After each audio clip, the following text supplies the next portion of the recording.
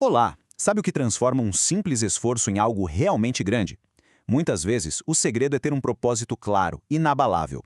E hoje, a gente vai mergulhar na história de uma pessoa cuja dedicação incansável nos mostra exatamente isso, de um jeito que, olha, pode inspirar de verdade. Pensa comigo, o que leva alguém a se dedicar de corpo e alma, não por uma coisinha ou outra, mas por uma comunidade inteira? É uma força poderosa, né? E a gente vai tentar descobrir a origem dessa força através de um exemplo fascinante da história. A chave para nossa reflexão de hoje tem nome: Epáfras. Esse cara foi uma peça fundamental na propagação do evangelho lá em Colossos e nas cidades vizinhas. O exemplo dele é uma verdadeira aula sobre o que é ter foco e propósito. Presta atenção na intensidade dessas palavras. A oração de Epáfras não era uma coisa que ele fazia de vez em quando. O texto descreve um esforço contínuo e sobremaneira. É quase uma luta, uma batalha mesmo. Isso mostra que a dedicação dele era um compromisso constante, não só uns momentos isolados. E essa dedicação toda não era limitada a um lugar só, não. Ele se preocupava de verdade, não só com o pessoal de Colossos, mas também com os de Laodiceia e Herápolis, que eram cidades ali vizinhas, no Vale do Lico.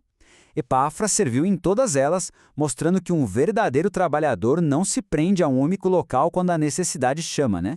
Mas, afinal, qual era o conteúdo dessa oração tão intensa? Exatamente aqui que a gente descobre o coração da missão dele. O propósito dele não era vago, não era genérico, era específico e muito, muito poderoso. E aqui está o centro de tudo. A oração de Epáfras tinha 3 alvos muito específicos. Ele orava para que os cristãos permanecessem firmes, se tornassem maduros e fossem plenamente convictos. Vamos desvendar agora o que cada um desses pedidos realmente significa.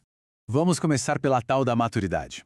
É bem interessante que no texto original, a palavra usada para maduros também pode ser traduzida como perfeitos. Mas calma aí, o que isso quer dizer no contexto da fé?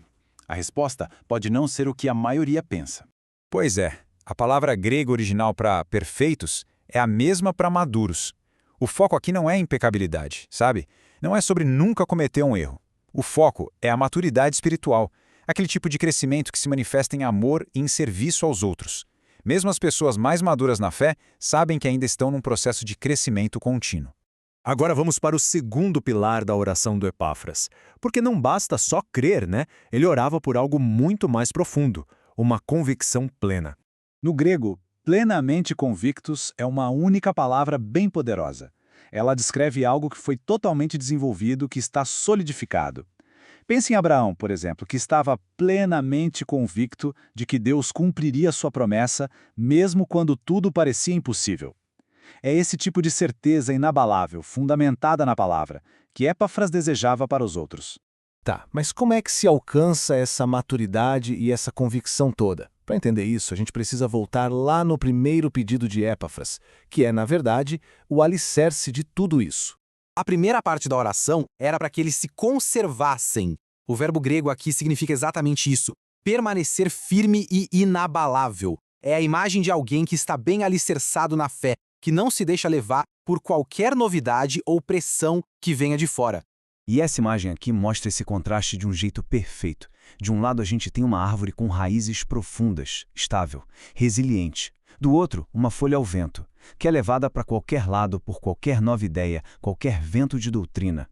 Epáfras orava por raízes, não por folhas soltas. Ele queria que as pessoas tivessem convicções próprias, bem firmadas na palavra.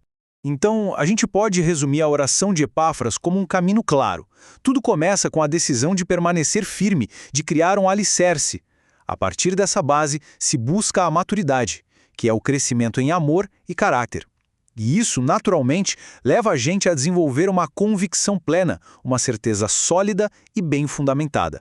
E qual é o resultado final dessa jornada toda de firmeza, maturidade e convicção? É viver de acordo com toda a vontade de Deus.